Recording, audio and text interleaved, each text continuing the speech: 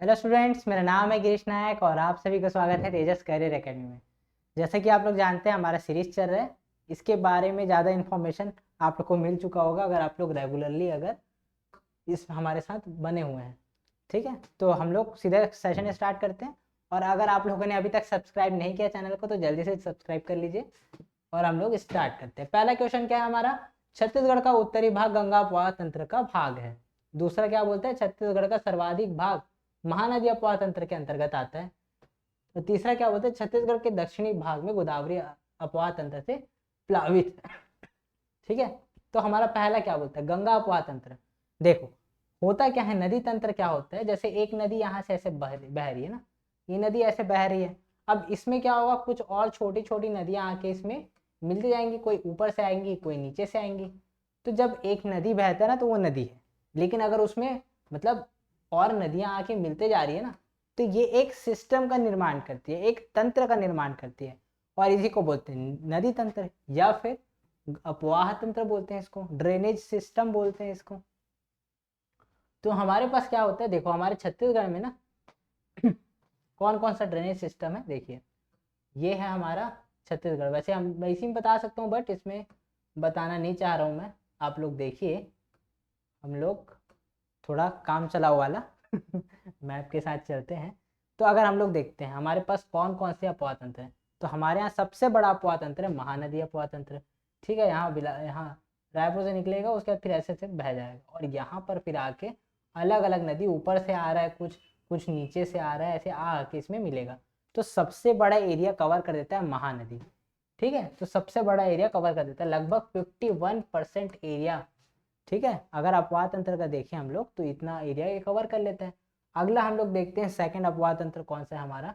Second सबसे बड़ा अपवाह तंत्र आता है हमारा गोदावरी। मतलब जो नदी रहता है ना, जो मुख्य नदी है ना, उसके नाम पे उस अपवाह तंत्र का नामकरण होता है। अब ये नदी आ रहा है यहाँ पर से, गोदावरी नदी नीचे से बह रहा है और यहाँ से आती है हमारी यहाँ पर से हमारी इंद्रावती नदी आएगी, यहाँ पर से आके बाद में शबरी नदी आके मिलेगी। तो यहाँ पर से और भी नदी है, वेनगंगा पेनगंगा ये सब आके मिलता है, बाघ नदी आके मिलता है। तो ये सारी नदियाँ हैं। तो ये भी एक बहुत बड़ा एरिया को कवर कर देती है, लेकिन यहाँ पर लगभग क्या 3 संभाग पूरे आ ही जाते हैं, कुछ संभाग सरगुजा के भी आ जाते हैं। तो बहुत ही बड़ा एरिया कवर करते हैं, सबसे बड़ा एरिया कवर करते हैं। तो ये सबसे बड़ा है, तो सर्वाधिक भाग महानदी अपवाह तंत्र का है। तो सेकंड ऑप्शन तो सही, मतलब सेकंड स्टेटमेंट सही है। अब हम लोग देखते हैं, ये एक हो गया। अब हमारे पास और कौन सा अपवाह तंत्र है, यहाँ पर से सोन नदी निकल गया और सोन नदी जाके किस में मिल जाता है? गंगा नदी में मिल जाता है। तो इसी को बोलते हैं सोन गंगा अपवाह तंत्र। जब भी देखा जाए तो सोन गंगा मतलब सोन नदी अपवाह तंत्र भी बोलते हैं और गंगा नदी अपवाह तंत्र भी बोलते हैं। तीनों नाम मिलते हैं, अलग अलग बुक्स में अलग अलग मिल जाएगा। ठीक है, तो इसको हम लोग सिंपली बोल देते हैं, ये हमारा बेसिकली देखा जाए तो कौन सा नदी तंत्र है? गंगा अपवाह तंत्र है, क्योंकि गंगा मेन मुख्य नदी है ना, गंगा मुख्य नदी के आधार पे ही नामकरण होगा नदी का, मतलब तंत्र का। तो ये कौन सा बोलता है? उत्तरी भाग जो है, ये देखो यहाँ पर से निकलेगी, बनास गोपद रिहंद कन्हार ये सब नदियाँ मिलेंगी इसमें जाके। तो ये वाला बात भी सही है। अगला हम लोग देखते हैं, यहाँ पर यहाँ पर हमारे पास क्या है? विंध्याचल पर्वत है ना, और यहाँ पर क्या है? अमरकंटक का पठार। यहाँ से निकलती है कौन सी नदी? यहाँ पर से निकलती है नर्मदा नदी निकलती है। और नर्मदा नदी निकलती है, छत्तीसगढ़ की दो नदियाँ हैं, एक है बंजर और एक है ताड़ा। ये दोनों नदियाँ जाके मिल जाती है नर्मदा में। तो यहाँ पर नर्मदा का भी प्रभाव यहाँ पर भी है, तो यहाँ पर भी कुछ भाग आ जाता है नर्मदा का। प्लस अगर देखते हैं हम लोग, यहाँ पर से और नदी है, यहाँ पर मिल जाती है ब्राह्मणी नदी में। तो यहाँ पर ब्राह्मणी नदी का तंत्र भी है। तो हमारे पास टोटल कितने नदी तंत्र हैं? एक महानदी, दूसरा गोदावरी, तीसरा हमारे पास गंगा, चौथा नर्मदा और पांचवा ब्राह्मणी। तो हमारे पास टोटल 5 नदी तंत्र है, 5 अपवाह तंत्र है। तो इसमें क्या बोलते हैं? दक्षिणी भाग गोदावरी का भाग है, बिल्कुल सही बात है। तो हमारा तीनों ही ऑप्शन सही है। तो हमारा ऑप्शन क्या आ जाए, मतलब ऑप्शन क्या है हमारा? ए, 1 2 3 तीनों सही। आगे बढ़ते हैं। कथन, महानदी को छत्तीसगढ़ की जीवन रेखा कहा जाता है। कारण क्या है? पूरे राज्य में यही एकमात्र नदी है। ये तो गलत बात है ठीक है, अतिशयोक्ति हो गया यहाँ पर। तो पहला कथन जो है वो तो बिल्कुल सही है कि महानदी को छत्तीसगढ़ की जीवन रेखा बोलते हैं, बिल्कुल सही बोलते हैं। जीवन रेखा है छत्तीसगढ़ की। बट अगर हम लोग कारण की बात करें तो कारण इस कारण से नहीं बोलते, बल्कि इस कारण से बोलते हैं क्योंकि ये मध्य से बहती है।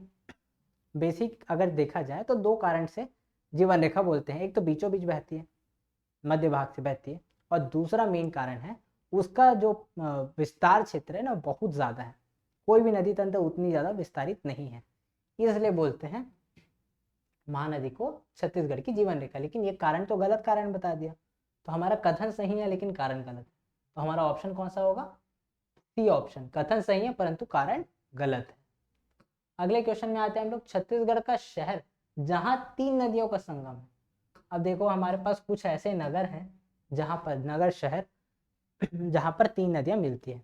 तो पहला ऐसा शहर अगर हम लोग देखते हैं तो राजिम है। हम लोग मैप में देख लेते हैं, ये हमारा मैप सुंदर सा। अब इस मैप में देखते हैं कहाँ कहाँ पर कौन कौन सा है।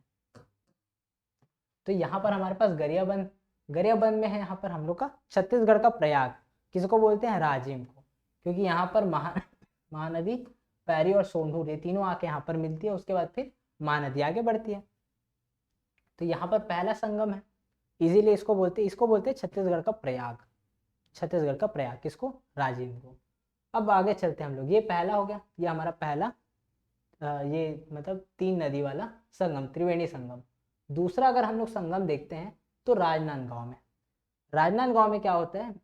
राजनांदगांव में आमनेर, पिपरिया और मुस्का ये 3 नदी आके मिलता है, तो यहाँ पर एक संगम बनाता है। अगला अगर हम लोग तीसरा संगम देखें तो कहाँ है हमारा? जांजगीर चांपा में। जांजगीर चांपा में एक एरिया है, ठीक है, एक जगह का नाम है कौन सा? चंद्रपुर, ठीक है, चंद्रपुर। इस चंद्रपुर में क्या होता है? अच्छा अभी विभाजन हो चुका है तो शायद अभी शक्ति में आता है, ठीक है। तो जो जांजगीर चांपा है ना, जांजगीर चांपा में जो हमारे पास चंद्रपुर है ना, यहाँ पर भी एक त्रिवेणी संगम है। तो 3 नदियों का संगम जहाँ पर रहता है उसको त्रिवेणी संगम बोलते हैं। तो ऐसे 3 संगम है हमारे पास, एक है चंद्रपुर में, ठीक है, चंद्रपुर में है, राजनांदगांव में है, और कहाँ पर है? हमारे राजिम में, ठीक है। अच्छा यहाँ पर एक मंदिर है, कौन सा मंदिर है? आप लोग जल्दी से कमेंट सेक्शन में बताइए कौन से मंदिर है जहाँ पर तीनों नदियों का संगम है, ठीक है, और कौन सी माता का मंदिर है। तो हमारा आंसर क्या हो जाएगा यहाँ पर?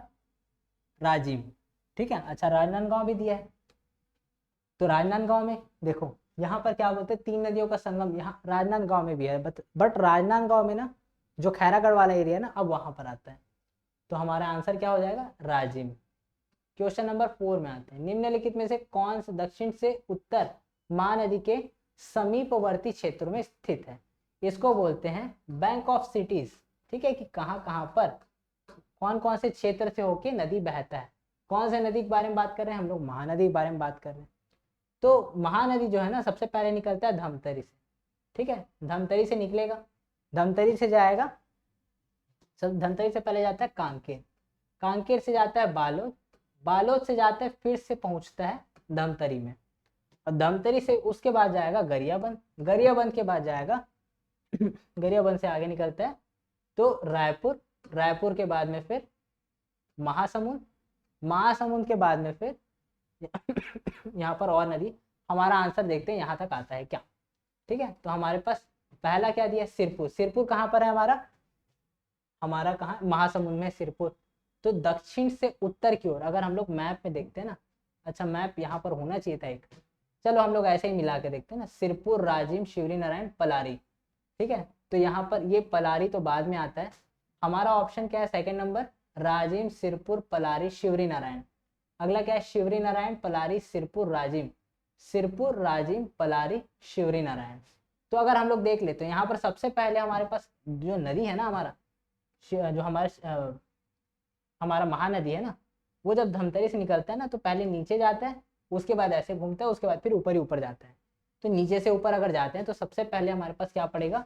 राजिम, राजिम के बाद आएगा सिरपुर, राजिम कहाँ पर पड़ेगा हमारा? धमतरी के बाद फिर गरियाबंद, गरियाबंद के बाद फिर मतलब गरियाबंद के बाद फिर रायपुर, तो रायपुर में यहाँ पर कोई एरिया नहीं आ रहा है यहाँ पर। फिर आते हैं महासमुंद, महासमुंद में क्या है? मतलब सिरपुर। तो अगर हम लोग पहले ही देखें तो राजिम सबसे पहले राजिम में जाएगा, तो हमारा आंसर क्या हो जाएगा? हमारा बी ऑप्शन ही हमारा सही हो जाएगा। पहले राजिम, फिर सिरपुर, फिर पलारी, पलारी के बाद फिर शिव नारायण हो, तो फिर आगे बढ़ता है, आगे आता है फिर चंद्रपुर। ठीक है, वहाँ कौन सा मंदिर है? चंद्रहासिनी माता का मंदिर है। ठीक है, बहुत बढ़िया मंदिर है, कभी मौका मिले तो जरूर जाना। अगला हमारे पास आमनेर मुस्का पिपरिया, जस्ट अभी बताया हूँ मैं, तो आप लोग इसका आंसर जल्दी से कमेंट सेक्शन में दो, और ईमानदारी से पीछे जाके मत देना आंसर, क्योंकि मैं बता चुका हूँ इसका आंसर। ठीक है, अगला आते हैं हम लोग, छत्तीसगढ़ में महानदी अपवाह व्यवस्था निम्नलिखित में से कौन, मतलब इस महानदी से संबंधित हम लोग को कथन बताना है। पहला क्या बोलते हैं? महानदी अपवाह व्यवस्था छत्तीसगढ़ में सबसे विस्तृत है, बिल्कुल सही बात है। अगला, शिवनाथ महानदी की सबसे बड़ी सहायक नदी है, बिल्कुल सही बात है। और जल्दी से बताइए इसका लंबाई कितना है? महानदी का भी और शिवनाथ का भी, जल्दी से। अगला क्या दिया है? हसदेव व पैरी महानदी की अन्य सहायक नदी है क्या? बिल्कुल सही, हसदेव भी आता है। हसदेव कहाँ से आता है? कैमूर की पर्वत श्रृंखला से आता है और आके पहुंचता है हमारे यहाँ पर महानदी में आके मिलता है। और पैरी भी आता है, पैरी भी सहायक नदी है, अरपा पैरी के धार। तो हमारा आंसर क्या होगा? पहला, दूसरा, तीसरा तीनों से ही, मतलब 6 का आएगा हमारा ऑप्शन नंबर ए। अगले क्वेश्चन में चलते हैं। कोरबा शहर किन नदियों के तट पर स्थित है? कोरबा कहाँ पर स्थित है? देखो, अगर हम लोग मैप में देखते हैं, ठीक है, बार बार जाना पड़ रहा है। कोरबा, ये देखो कोरबा यहाँ पर है, इतना बड़ा है। तो यहाँ पर कौन कौन सी नदियों के किनारे बसा हुआ है, ये बताना है। ठीक है, कोरबा को बताना है। तो कोरबा की पहली बात तो ये हसदेव के किनारे है, और हसदेव के साथ में हमारे पास कौन सा जोड़ी दिया है? एक अहिरन दिया है और एक महानदी दिया है। तो अहिरन जो नदी है ना, ये आएगा हमारा आंसर। हसदेव, एक तो इस साइड से हसदेव और इस साइड से अहिरन, और बीच में क्या है? हमारा कोरबा है, बीच के एरिया में स्थित है। तो हमारा आंसर क्या हो जाएगा? ए। यहाँ पर हो नहीं सकता, महानदी तो ऐसे बह रहा है ना, और यहाँ पर अगर कोरबा है, अगर इसको हम लोग हटा देते हैं तो यहाँ पर कैसे पड़ पाएगा? इन दोनों के बीच तो नहीं बनता है। गोदावरी और इंद्रावती देखते हैं, गोदावरी कहाँ है? नीचे है, इंद्रावती भी नीचे है, लेकिन ये कहाँ है? ऊपर है। महानदी और दूध के बीच में तो वहां पर नहीं बनता है, तो कांकेर वाला एरिया ना, तो कांकेर वाले एरिया में कोरबा कहाँ आएगा? तो हमारा option number A is the right answer. अगला चलते हैं हम लोग, इंद्रावती की सहायक नदियां कौन सी हैं? देखो, इंद्रावती की सहायक नदियां पूछ रहे हैं। बोर्डिंग, नारंगी, कोटरी, गुडरा, बिल्कुल सही है। शबरी, बोर्डिंग, नारंगी, मालेगर। मालेगर जो है ना, मलगेर है, एक्चुअली मलगेर है ना, वो किसकी सहायक नदी है? हमारी शबरी की सहायक नदी है। ये शबरी की सहायक नदी है। और शबरी जो है, देखो शबरी जो है ना, वो किसकी सहायक नदी है? गोदावरी की, गोदावरी में जाके मिल जाता है। अगला देखते हैं हमारे पास क्या, कांगेर, मालेगर, कोटरी और गुडरा। और ये कांगेर नदी भी किस में जाके मिलती है? कांगेर भी जाके मिलती है शबरी में। तो ये आंसर भी हमारा गलत होगा, ऑप्शन। अगला देखते हैं, शंखिनी, डंकिनी, शबरी और कोटरी। शंखिनी मिलती है, डंकिनी मिलती है, शंखिनी मिलती है, कोटरी मिलती है, ये तीनों सही है। बट शबरी नदी किस में मिलती है? गोदावरी, गोदावरी की सहायक नदी है। तो इंद्रावती की सहायक नदियों में कौन सा आ जाएगा? ऑप्शन नंबर ए, बोर्डिंग, नारंगी, कोटरी और गुडरा। ठीक है, अगला क्वेश्चन में आते हैं हम लोग। गोदावरी प्रवाह अपवाह है ना, बेसिन मतलब गोदावरी प्रवाह बेसिन छत्तीसगढ़ राज्य के किस भाग में स्थित है? इतने टाइम से हम लोग देख रहे हैं छत्तीसगढ़ के नीचे में ही बहता है गोदावरी नदी। ठीक है, और कहाँ से निकलता है? नागपुर में एक पहाड़ी है जिसका नाम है त्रयंबक की पहाड़ी। ठीक है, वहां से निकलता है हमारा गोदावरी नदी, उसी के किनारे, मतलब, और वो कहाँ पर? छत्तीसगढ़ के दक्षिणी भाग से होकर निकलता है। तो छत्तीसगढ़ राज्य के किस भाग में स्थित है? तो हमारा आंसर क्या होगा? ऑप्शन नंबर डी, दक्षिणी भाग में। और आज का लास्ट क्वेश्चन, डीपा डी किस नदी के तट पर स्थित पुरास्थल आर्कियोलॉजिकल साइट? अब ये क्वेश्चन आप लोग के लिए होमवर्क है, आप लोग बताइए कि इसका आंसर क्या होगा, क्योंकि आप लोग को पता रहना चाहिए, इंपॉर्टेंट है और चर्चा में भी था। ठीक है, तो ये करंट से जुड़ा चीज भी है, तो आप लोग को ध्यान रहना चाहिए। जल्दी से आप लोग बताइए कमेंट सेक्शन में, और जिन लोग को आंसर नहीं पता रहेगा, नेक्स्ट लेक्चर में हम लोग उसको कवर कर लेंगे, या फिर मैं जो सही आंसर देगा ना उसको वहां पर बता दूंगा कि हाँ इनका आंसर सही है। आप लोग दीजिए कौन कौन सा सही आंसर है। अब ऐसा नहीं है भाई एक जन ए दे रहा है, एक जन बी, एक जन सी, एक जन डी, ऐसा वाला नहीं। ठीक है, तो आप लोग सही से आंसर दीजिए। और अगर चैनल हमारा सेशन पसंद आया हो तो चैनल को सेशन को लाइक कीजिए, वीडियो को लाइक कीजिए, शेयर कीजिए और चैनल को सब्सक्राइब कीजिए। Thank you.